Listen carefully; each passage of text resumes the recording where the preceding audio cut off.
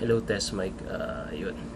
Ngayon, ang activity natin is ganun pa rin, policy. May isi-share lang akong konting knowledge sa inyo. Ang tuturo ko sa inyo is kung paano mag-deploy ng application using group policy sa ating mga machine within sa infra natin. So dito, nag-download ako ng dalawang application. Ang application na tinownload ko is Mozilla at saka Acrobat. Note nga pala, pag magdi-deploy kami ng policy, ng application through policy, kailangan ang installer nyo is, ang extension is MSI. So ito, nag-download na ako dito. Ayan, may dinownload ako, Firefox at saka Acrobat. So ang gagawin ko dyan, ikakopy ko sila sa drive C ko. Hello? Ayan. How are you? Wala na mapi. Isa-save ko siya, lalagyan ko ng folder, gagawin ko siyang application. So yun, dito ko siya ikakopy paste. Ayan, nagka-copy na siya.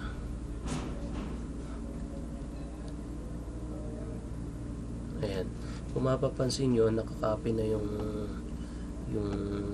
ating application na i-deploy via policy.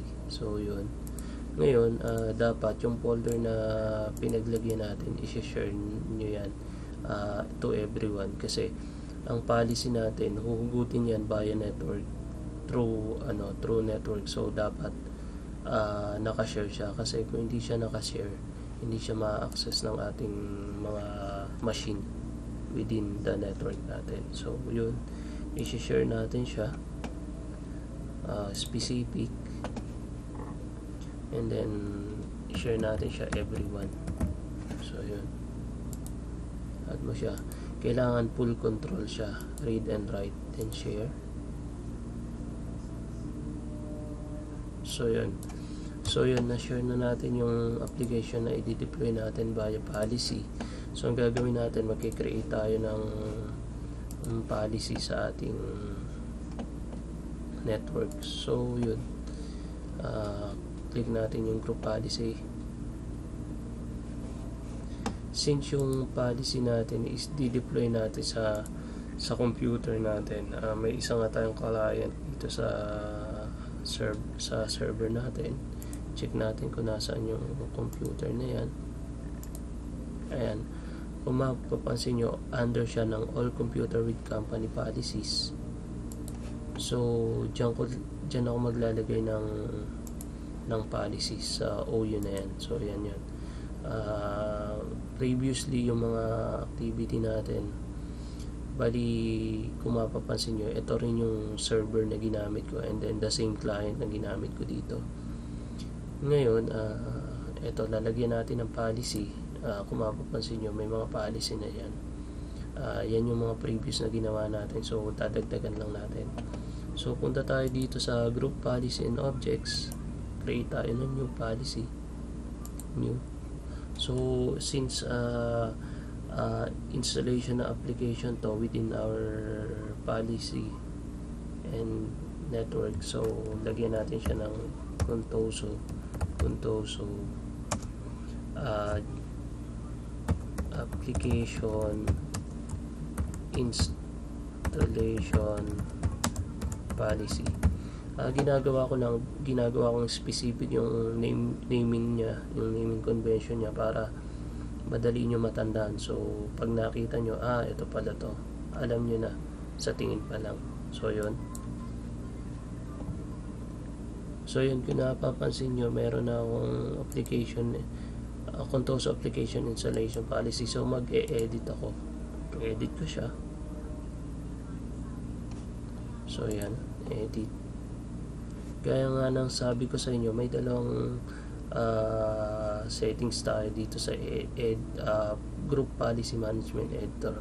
isang for user and for computer.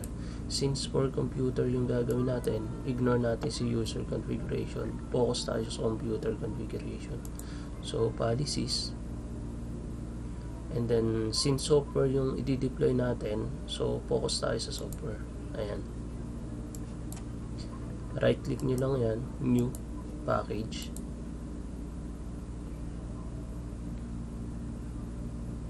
So i-load dito pag nag-new package kayo. Kung mapapansin nyo dito sa baba, MSI lang yung hinahanap niya. So by default, MSI lang yung kaya niyang iba to via network. So yun, hindi kaya kung magbabato kayo, talagang MSI lang yung hanapin nyo. So dito, kung mapapansin nyo, nasa C yung ating installer. So yun, application. Pero kung yan yung gagawin nyo, i-click nyo to, tapos open, hindi tatakbo yan. Hindi mag-i-install via network yung mga application natin, or hindi siya magra-run through group policy. So ang gagawin mo dyan, hindi yan yung right way para ma-install mo yan. Hindi yan yung right path. Ang right path niyan, punta ka sa network, then yung server name, SRP 2012, and then slash yung folder nya, application. Yan yung tamang way, kasi hindi naman siya huhugot via drive C mo huhugot siya via network. So yan yung tamang path para makuha mo yung application nya, or ma-install mo yung application mo via na network through policy. So yun, click mo lang yung gusto mong install, then assign, okay.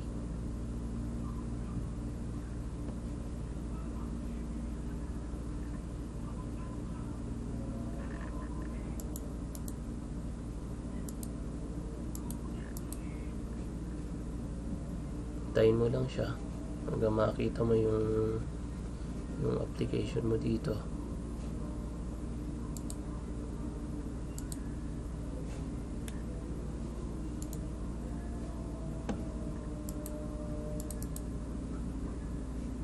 Tayin mo lang, medyo matagal siguro mag-upload.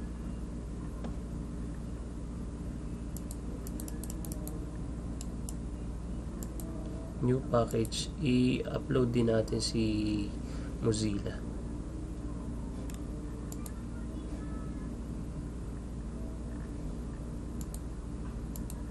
Tayin mo lang, medyo mabagal yung server natin.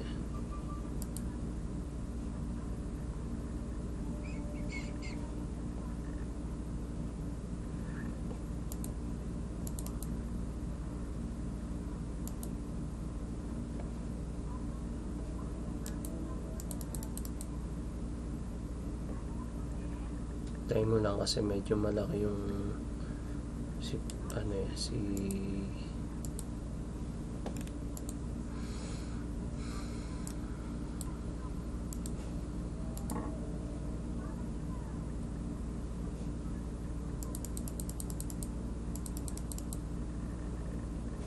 ayun, kung mapapansin nyo, ayun, na-add na natin si Adobe Reader.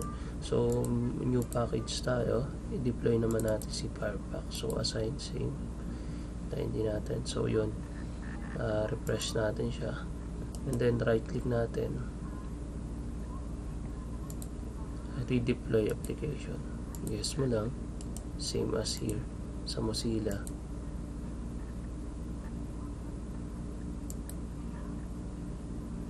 Wait natin.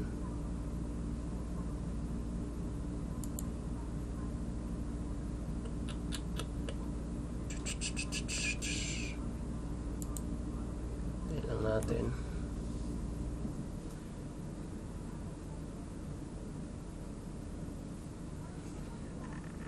Ayan. Tagal.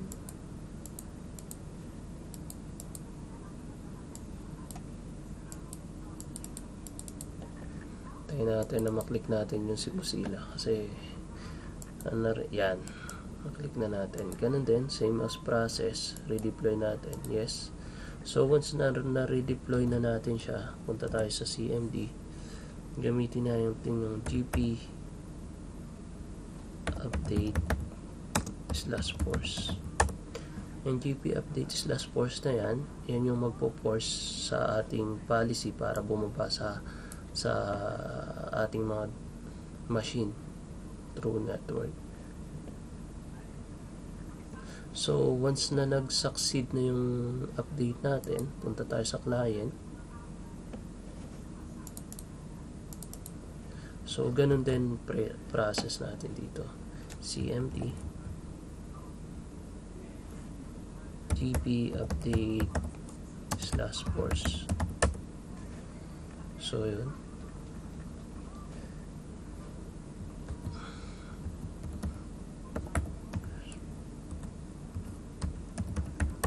So yun, dito papakita ko sa inyo na totally clean yung ating machine, na totally wala siyang install na application, either Firefox or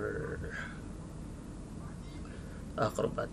Ipapakita ko lang sa inyo yung laman ng ating add remove program. So kung mapapansin nyo dito sa computer na to, wala siyang totally naka-install na ibang application.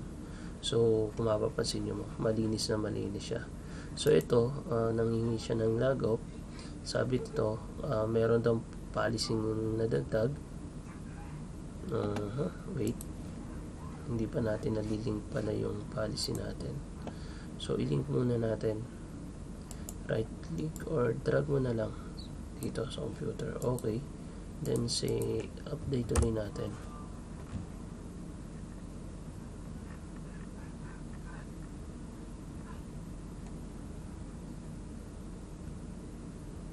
Ayan, so updated na siya. CMD ulit tayo para sure. GP update /force. Ayan, para lang sigurado, i-force ulit natin, then mag-log off siya, and then login ulit tayo, and then automatic dapat pag login natin meron na siyang application kung saan yung Acrobat and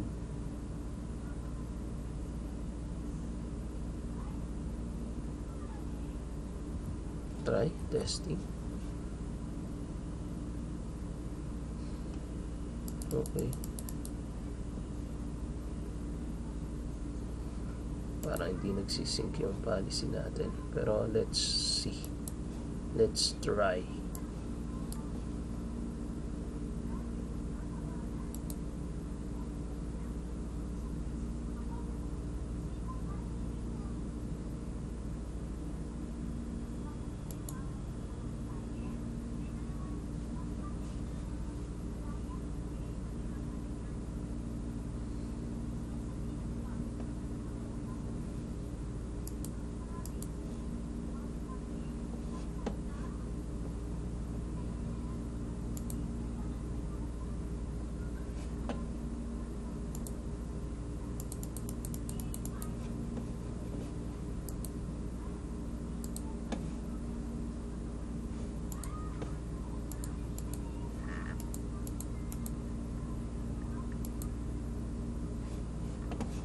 So habang nagtatry siya, ipopost ko muna para kasi medyo matagal. So post ko muna.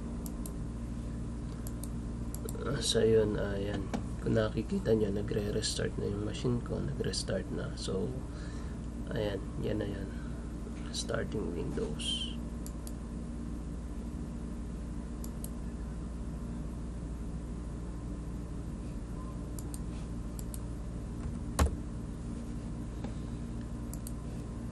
Hintayin lang natin, so para makita natin kung anong resulta nung ginawa natin.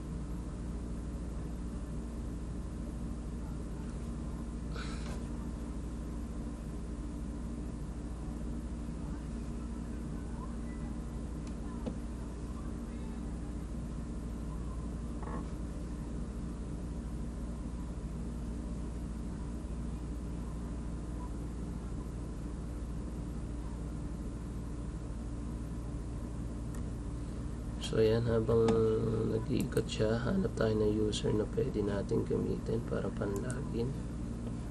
So tingin tayo kung sino available. Engineering user, sige, si Ricky Santos, lagi natin yan.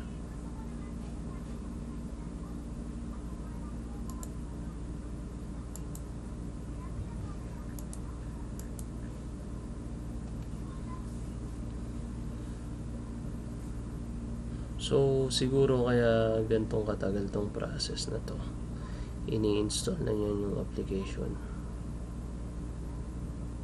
kasi nga dineploy na natin yung policy sa network. So siguro ipina-process na niya yung installation. Once na mag-login tayo sa account, meron na siya.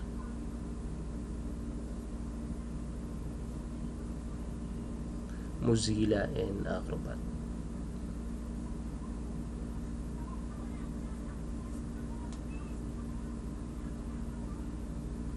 So stay with me,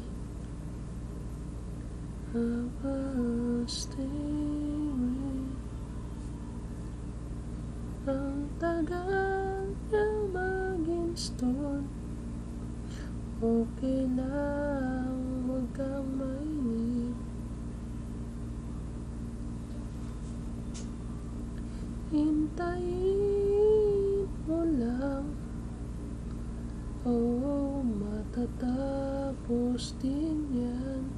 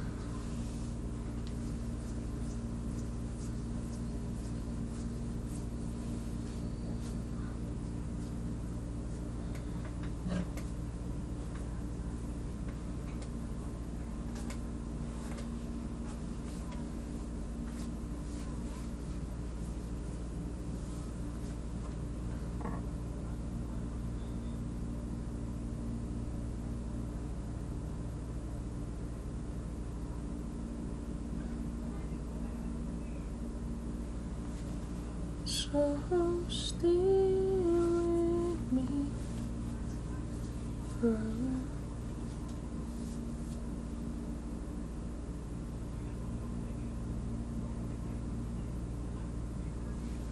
pwede nyo siyang i-pass forward kung naiinip kayo, kasi kaya ko lang naman kasi pinakita para makita nyo. So yun, kung medyo natagalan kayo, pass forward nyo na lang.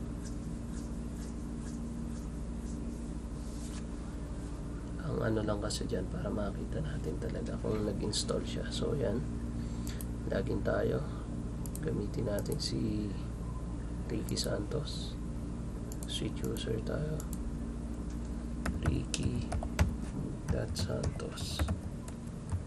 Angel 2578. Let's see.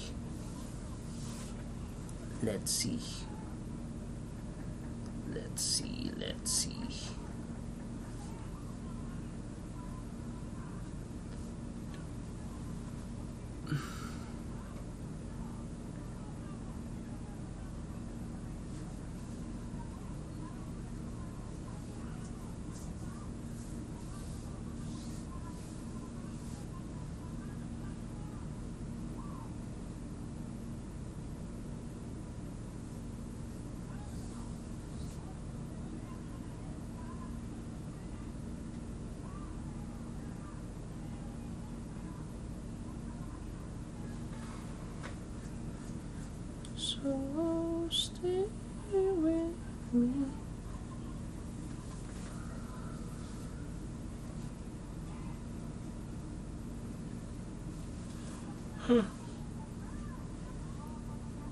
Ito ah.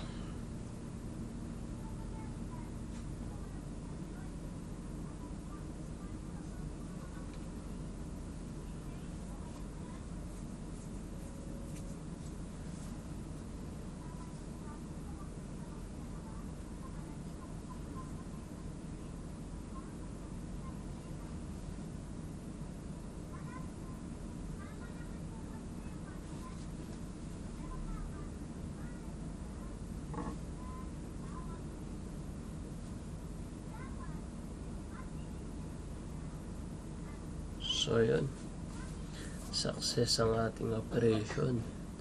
Kung mapapansin nyo, ayan, mayroon tayong Mozilla install via policy.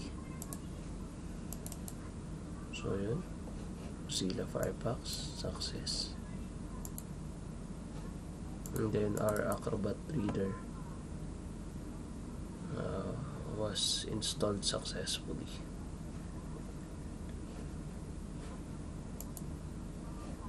So yun, yun yung process lang ng pag-install ng ating application via policy. Take note nyo lang na ang gagamitin nyo is MSI extension para mag-run yung policy natin. So kung hindi MSI, hindi siya mag-run. So isa pang bonus dito is pakita ko lang sa inyo na ang 2012 is may feature kung saan pwede nyo ma-restore yung OU and user na nadidelete nyo sa inyong Active Directory. Ang 2008 R2 is, I think meron ding feature na ganito, support din siya, pero yung version ng 2008 server and less dun sa R2 is wala. So yun, compared to our 2008 server is ito nga yung hindi nagdag ng 2012 na kung saan pwede mo siyang ma-restore, unlike dun sa 2008 server na hindi R2 is masyadong complicated yung pagre-restore ng OU and user natin. So yun, ito dito papakita ko by default kasi ang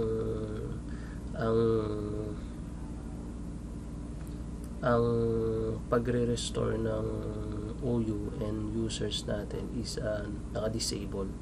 So i-enable natin siya. Napakasimple lang. Punta kayo sa administrative directory, administrative center. Ayan, binuksan ko na siya.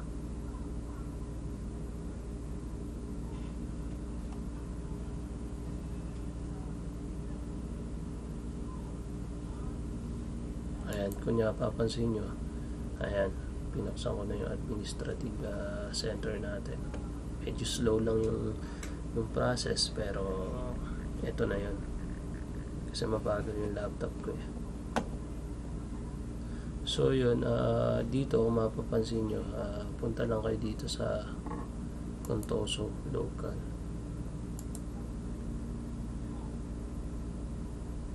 Ayan. Kung mapapansin nyo, eto, i-enable lang natin kasi by default naka-disable siya. So pag kinlik nyo to, i-enable na yan. So once nyo lang gagawin to, once na na-enable nyo to, ay hindi na siya ma-restore sa disable. So usable siya kasi mga help desk natin accidentally nakaka-delete ng OU or user, so dito madali natin silang ma-restore with specific location or OU location. So yun, click mo lang siya, okay mo, kasi may di ba, yan o, please refresh AD administrator center na AD has begun enabling recycle bin for this forest. So okay mo lang, and then sabi nga i-refresh mo daw, so refresh. And kung mapapansin mo, once na na-refresh mo na siya, wala ka na way para ma-disable siya. So, enable na siya. So, paano mo makikita yung mga deleted objects? For example, delete ako ng object or OU or user accounts. Dito siya pupunta. Kung mapapansin nyo. Yan. Deleted objects. So, pakita ko lang sa inyo. Sample tayo. Mag-delete tayo ng users. Punta tayo sa server. User accounts. So delete natin si Jonard Danilon. Delete.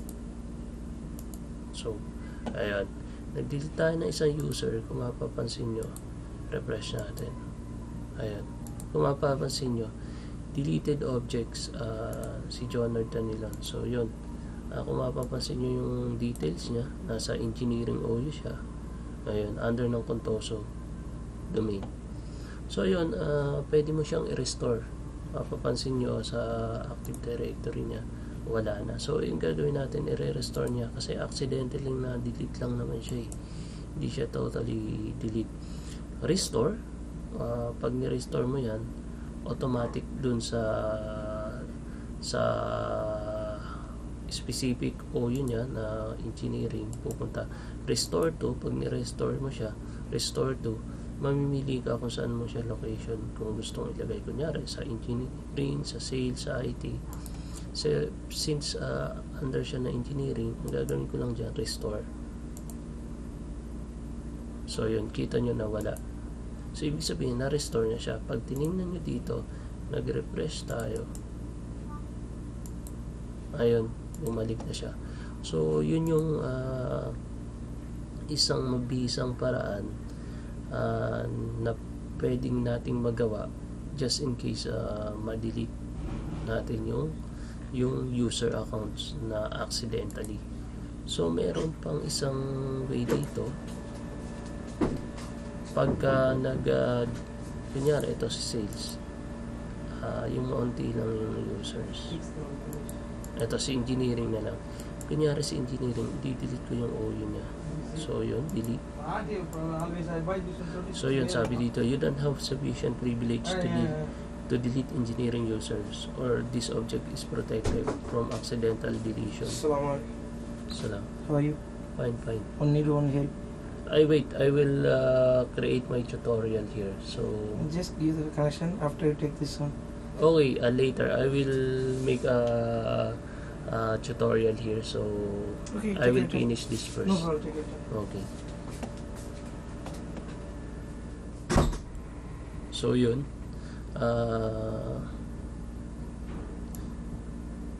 Ayan. Sorry for interruption. Ayun, sabi nga dito, you don't have sufficient privilege to delete engineering users. So, ang gagawin natin dyan, punta tayo sa view muna, advanced features, and then punta natin si engineering users. Since by default kasi yung ating mga OU is meron siyang security. So since hindi natin siya ma-delete, ang gagawin natin, tatanggalin natin yung security niya. Punta kayo sa properties, punta kayo sa object, and then kung makikita nyo to, protect object from accidental deletion, untick mo lang siya and then apply. Okay, so yun, pwede mo na siya ma-delete. Ayan, delete. So yun, sinasabi lang dito na under ng OU natin is meron tayong mga object which is yung ating user. So di-delete natin yan for trial lang. So yun, delete natin. Punta ka sa deleted objects, refresh mo siya. Ayan, kung mapapansin mo, yun nga, dinilit natin yung OU na engineering users. Kung mapapansin mo dito, meron kang OU na engineering, and then dun sa under ng engineering mo, meron kang dalawang users. So ang pagre-restore nito, hindi mo siya masasabay-sabay na mare-restore. Kailangan dito ang container muna yung i-restore mo, and then yung susunod mo is yung user. So yun, restore nga natin kung mare-restore natin. Ayun, tingnan natin sa Active Directory natin.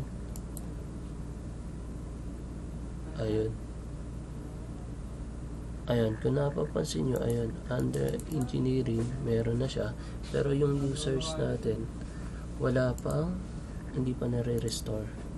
So gawin natin, punta natin dun sa administrative natin, restore natin yung dalawa. Ayan, restore. So balikan natin yung ating Active Directory.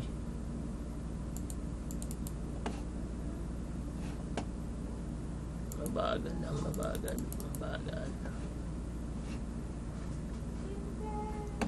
Refresh natin siya. So yun, ayun, na-restore na siya. Yun yung isang magandang features ng 2012.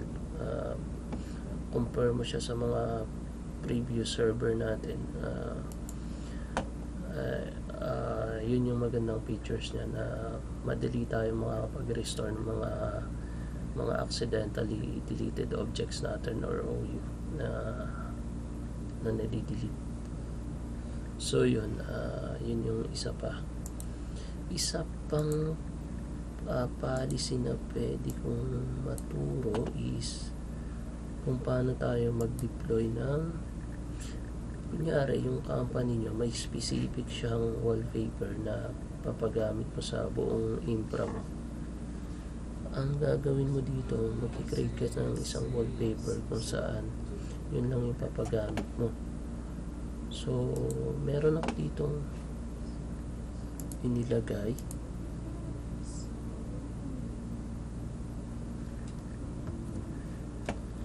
Meron akong inilagay dito na wallpaper. Ayan, under ng wall folder, mapapansin nyo, wall folder, meron akong wallpaper dyan. Ayan. Ang extension niya is JPEG file. Yeah. Okay.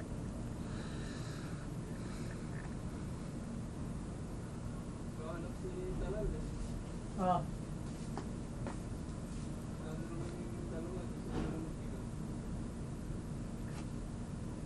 Ayan, wait lang, bagal eh.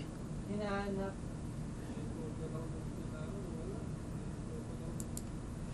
Sa ano?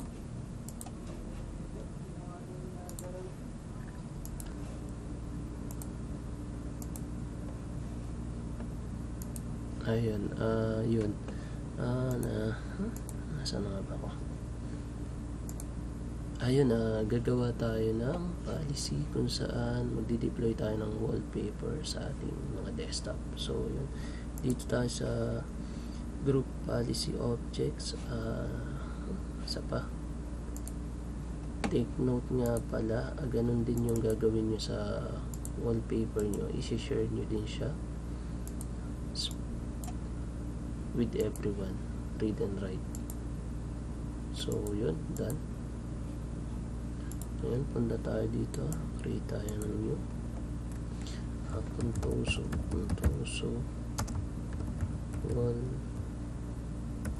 wallpaper policy.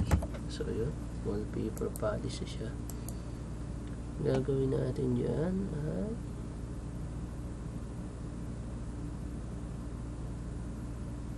ay natin siya, edit natin, edit natin,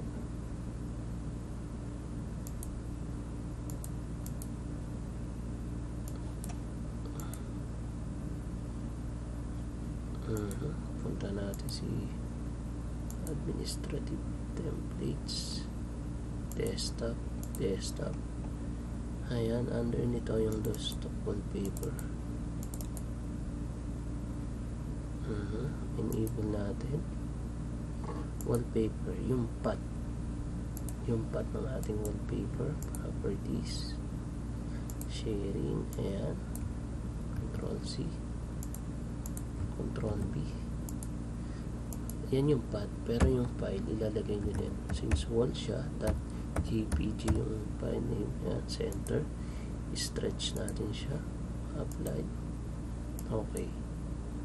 So yun, ngayon ililink na natin siya para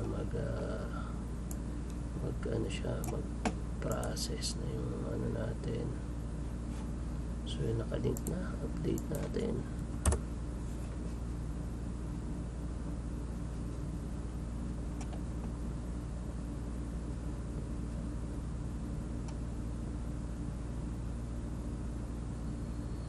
So yun, na-update na. Ganun din dito. CMD TP update /force.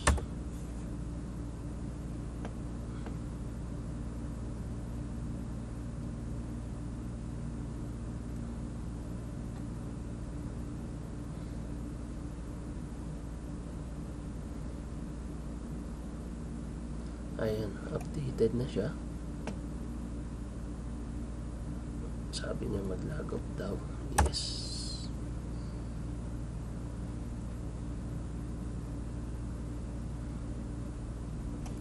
Subukan natin mag-login ulit.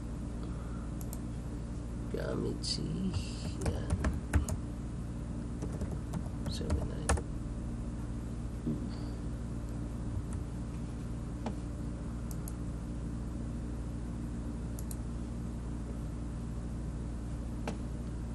Hindi nag-take effect ha. Bakit? Check natin.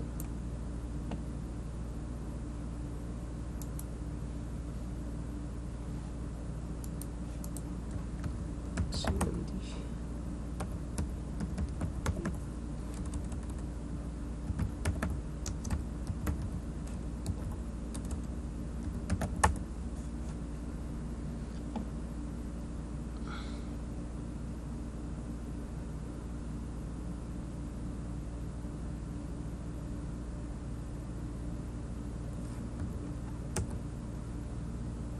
So pa, testing.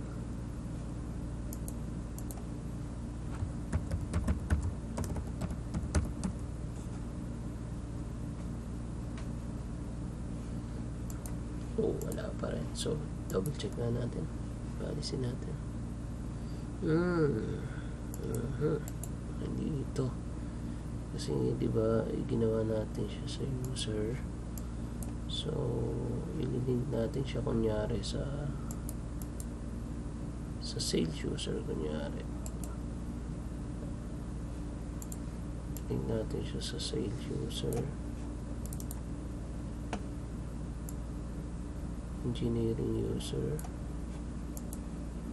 Si Ricky Santos ba sa naka-base sa engineering at saka si Jonard. So, GP update natin to. CMD GP update slash force. Si server naman ganun din. GP update slash force.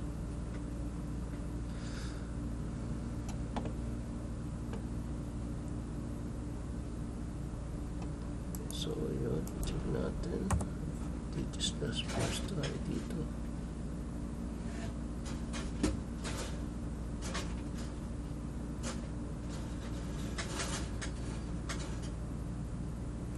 Yes, lagot natin.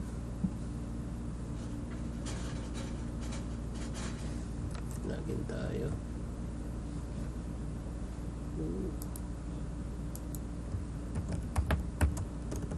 579.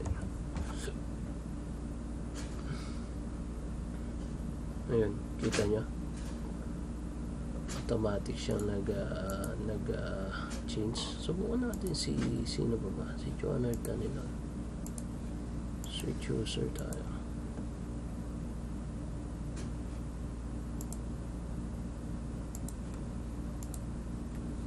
Jonard Danilo Angel at 2579.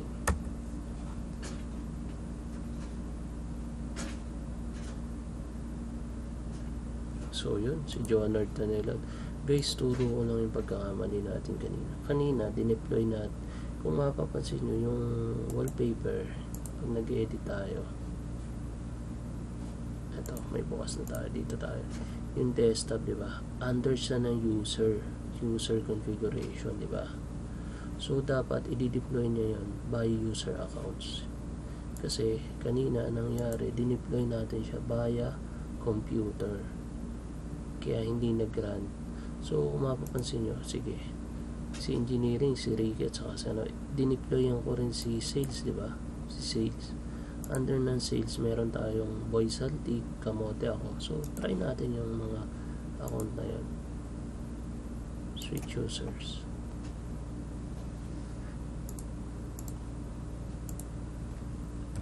Boy.Saltic 2579.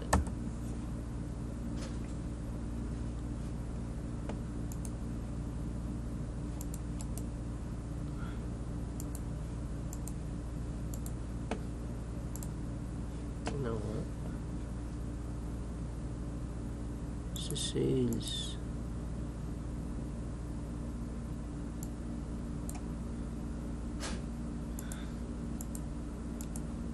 So, si sales. CMD.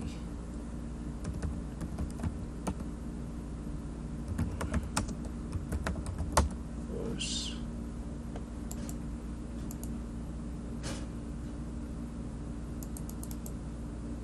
Ayun o. Nagbumaba pa. Matagal ang bumaba.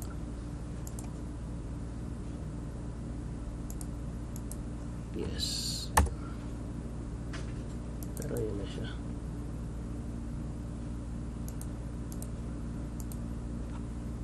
Boy, that's Celtics.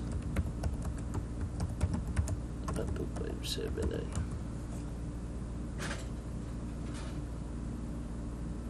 Ayun na. So yun, matagal lang bumaba pero yung process niya gumagana. So yun lang. At sa ulitin, hanap pa tayo ng magandang policy na pwede natin gawing tutorial. Shutdown ko na yung client ko at saka server natin.